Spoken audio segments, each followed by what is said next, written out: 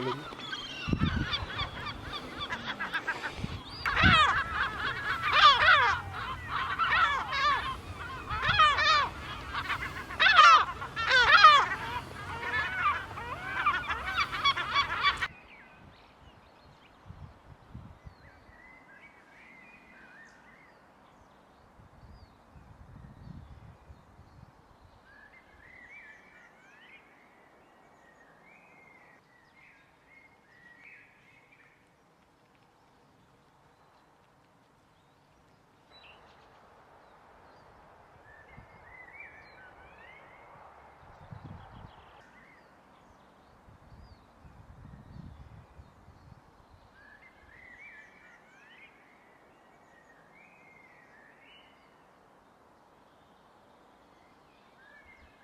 Hey everybody, I'm back.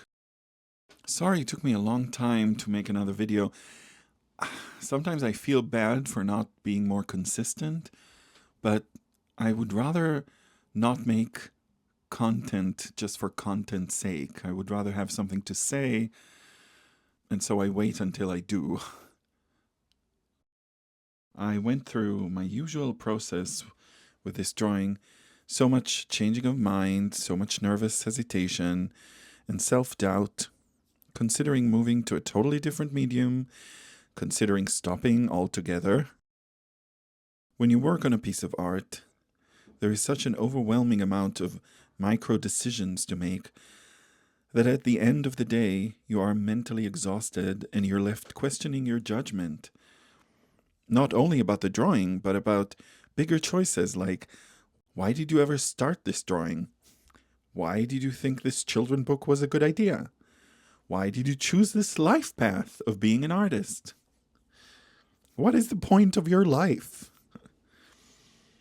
This happens so often that at this point I almost laugh at all these voices and thoughts because I recognize them by now and I know they will appear when I'm tired and stressed. Sometimes I still get freaked out, but sometimes I manage to quiet them down by doing some chores around the house. And the chores help me to gain some perspective and stop obsessing as much as I do. I do have quite an obsessive personality.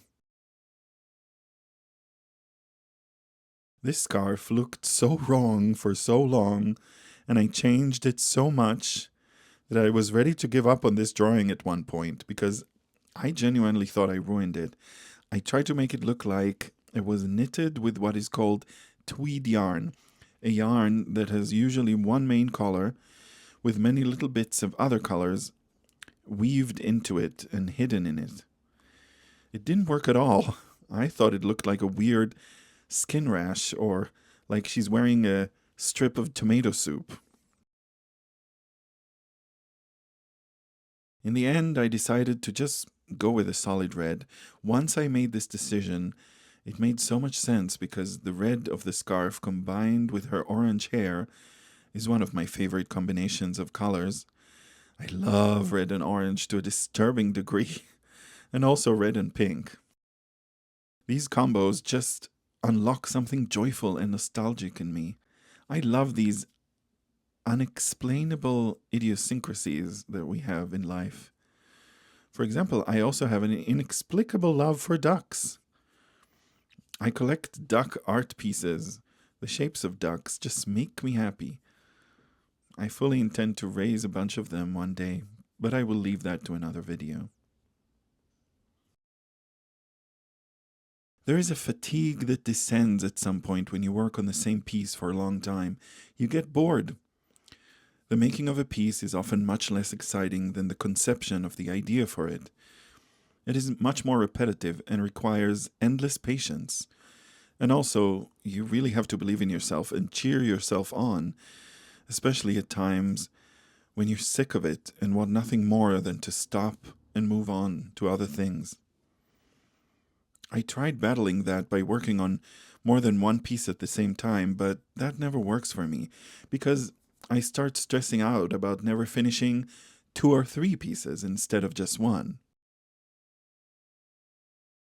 I think the way I deal with it is that I reward myself with working on a new piece if I finish the current one. I think that thought keeps me going, that I'll get to work on an interesting new drawing only if and when I finish this one that I'm working on.